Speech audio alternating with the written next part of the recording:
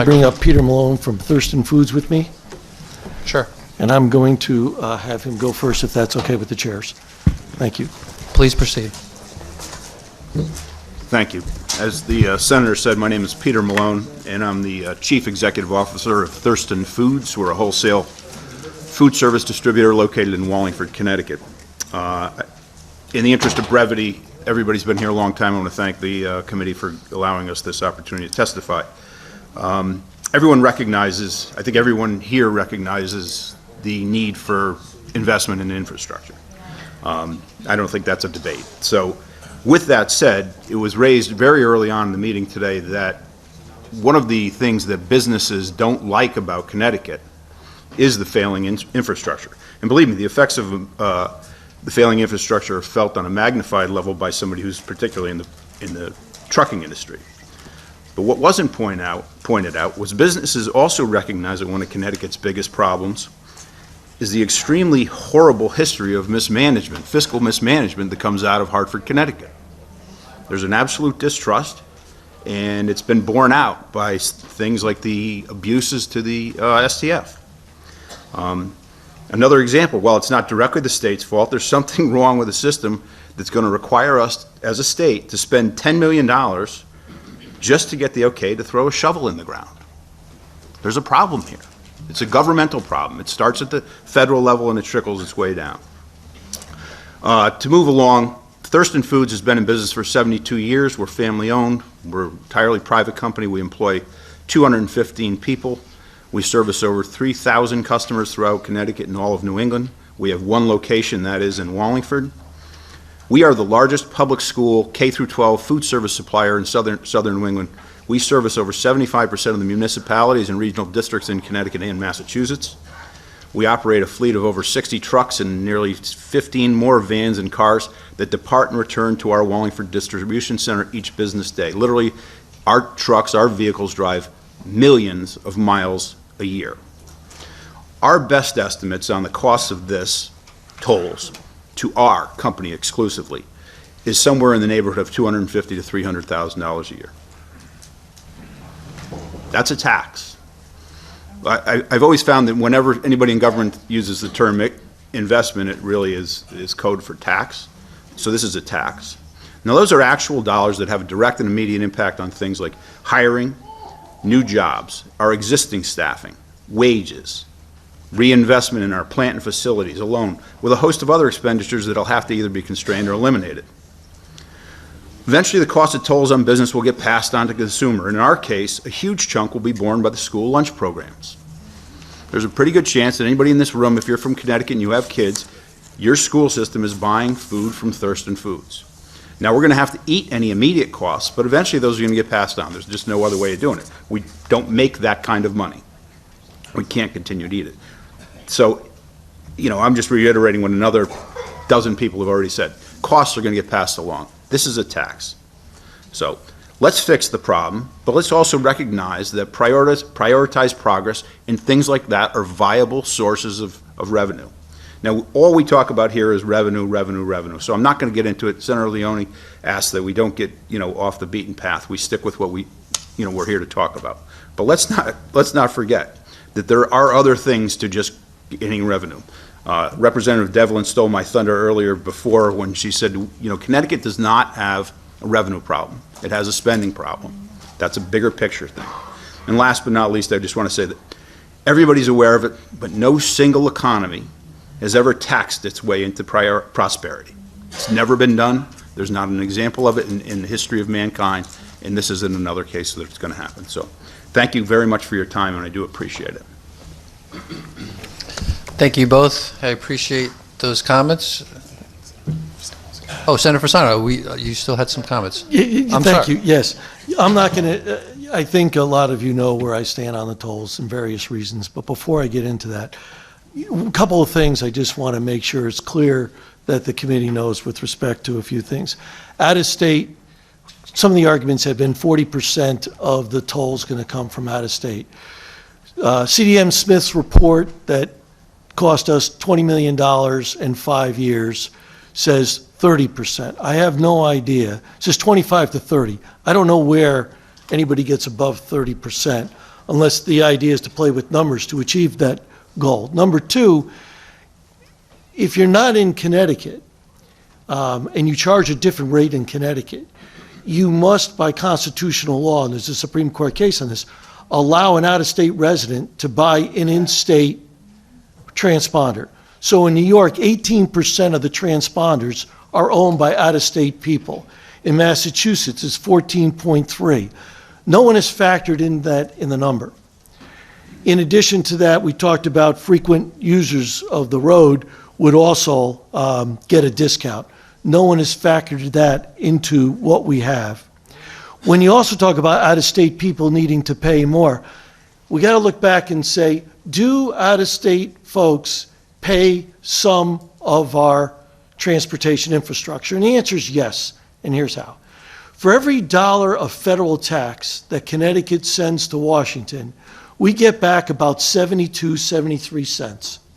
New York gets back, between New York, Massachusetts, and New Jersey, it's, and I forget which one's which in terms of percentage, it's between 25 and 37%. So people filling up in Nebraska, some of that money is coming to us.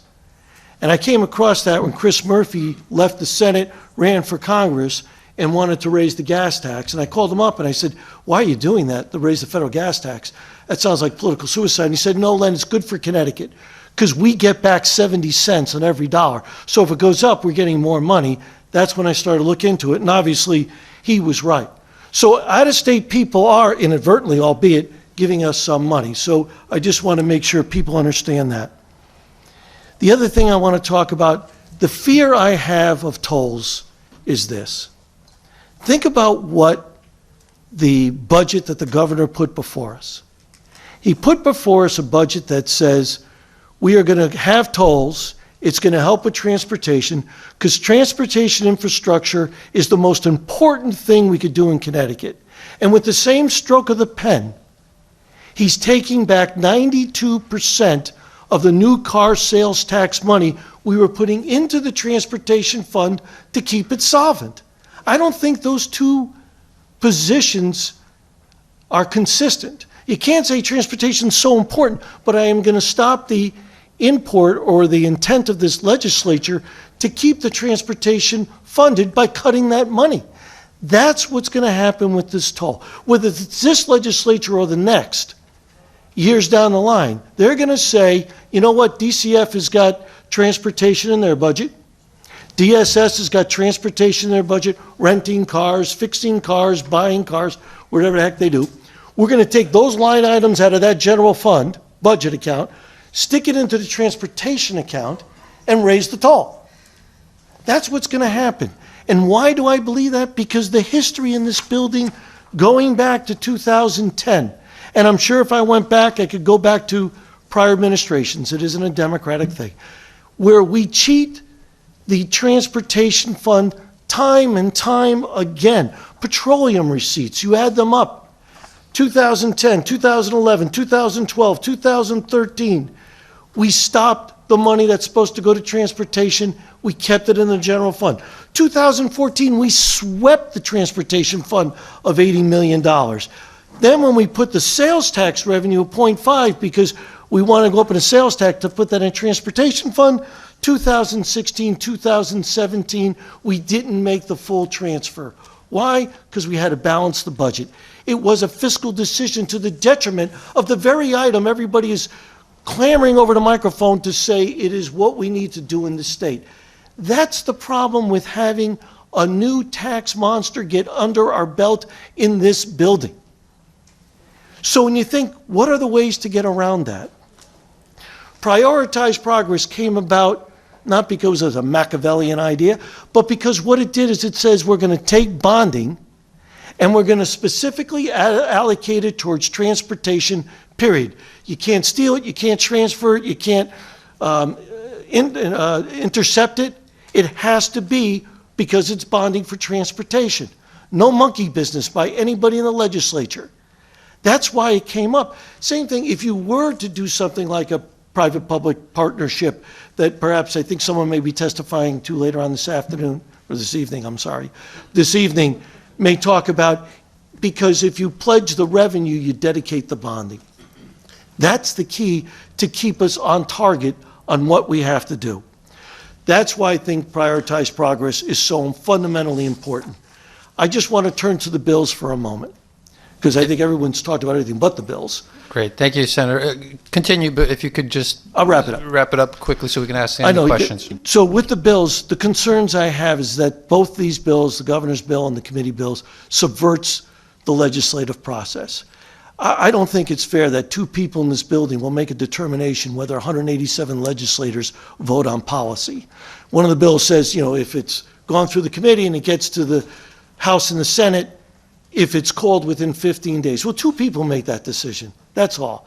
I don't think that's fair. We have changed in the Senate by our law rules, and in the House, you've done it by procedure to say union contracts will be voted on, because we understand how important that is. Well, this has got to be that equally important. As a final note, I don't think there's any law that we ever passed. Union contracts we change, and the only other one we do is settlement of cases. If not decided, they go through. Other than that, there is no policy that I know of we've ever done in this legislature where we say inaction results in approval of a policy. And I have major concerns over that. I'm sorry it takes so much time. Your patience is phenomenal. People have got to know. I know people are still here from this morning testifying, but sitting up there and doing this, I applaud you. Thank you, Senator, and thank you, sir, for those testimony. And we don't want to make it any crazier than it is, and I appreciate the comments. There is a difference of opinion here, but they're both respected. I very much appreciate your comments. And you're right, this kind of an issue should not be decided by any two people, whoever they may be. This is an issue that should go to the floor where everyone weighs in and everyone has a chance to say their piece for the benefit of their constituents. The bills, as you mentioned, and some of the details that are in those bills, these two bills, they are just the details that still need to be worked out. None of that is a guarantee that that is exactly what the end result will be. It is a conversation starter so that we have a framework to discuss the pros or cons of those issues. So whether it's about an authority, whether it's about how many days for an approval, whether it's about a number of gantry, this is everything that we need to work through. We need to get a bill out of committee so that we can continue this discussion so it is not decided by relative few. Thank you. This is something that we all must weigh in on. And I don't think anyone should duck from that decision. There's probably a few people that would choose not to have that happen because it's a lot easier. But this is a difficult decision. It's of such extreme importance that I'm hopeful that we can get a bill out of committee so that we can bring it to the chambers for everybody to weigh in on, because that's what this state deserves, regardless of where people stand on it. Thank you, So, Senator. I thank you for that. Mr. Chairman. Thank you, Senator. Thank you, Mr. Malone, for your testimony today, and thank you for your investment in the state of Connecticut and for your willingness to come up here and testify today. It is deeply appreciated. Senator FASANO, thank you again for highlighting what we, I think, have reached agreement on in this room, at least today, is that the vital infrastructure needs of our state are paramount, and we need to ensure that we're investing properly and fully in what we can all recognize in every corner of our state is an urgent need for investment. We're all there. Correct. Like whether you're sitting in the audience or sitting up here, whether you're Republican, Democrat, business leader, labor leader, we're all there. And so I do appreciate your caucus's commitment to try to find an alternate solution.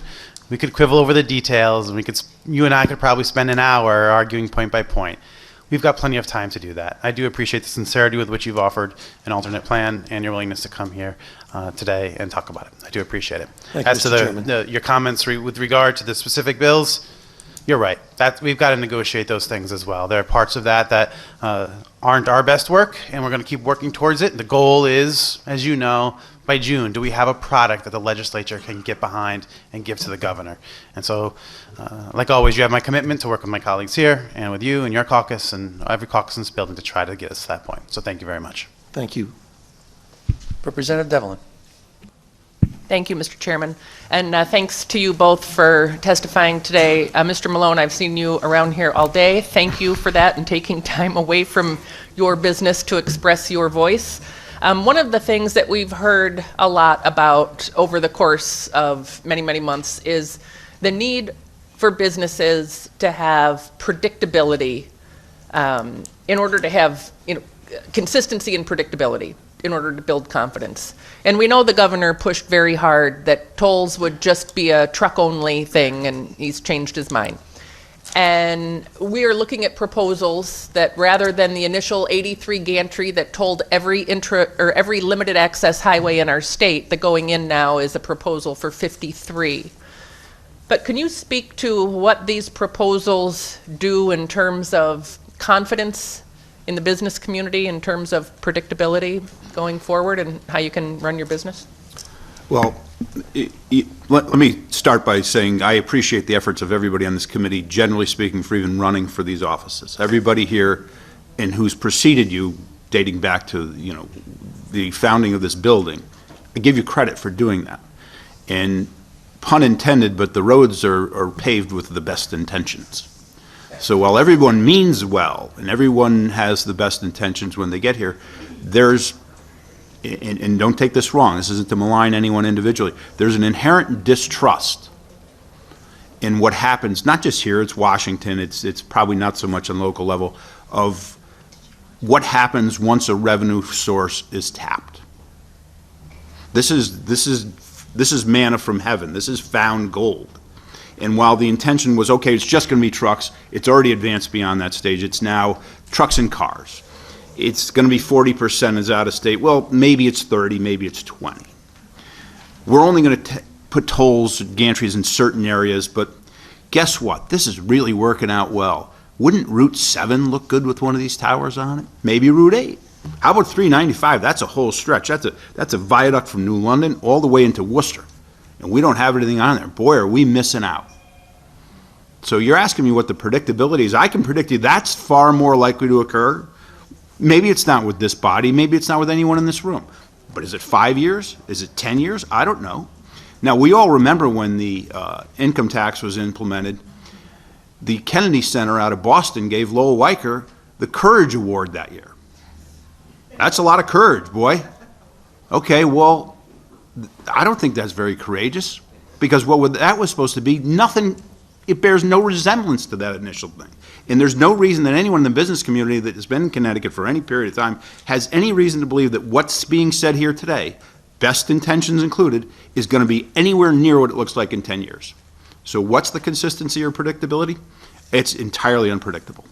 That would be, I hope I answered your questions. Yeah, you did very much. Thank you. I appreciate that. Thank you, Mr. Chairman. Thank you. Any other questions? If not, thank you, gentlemen. Thank you very much, and thank you again for your patience. Thank you, Senator. Next up, Sophia Nerschberg. Hopefully I said that correctly.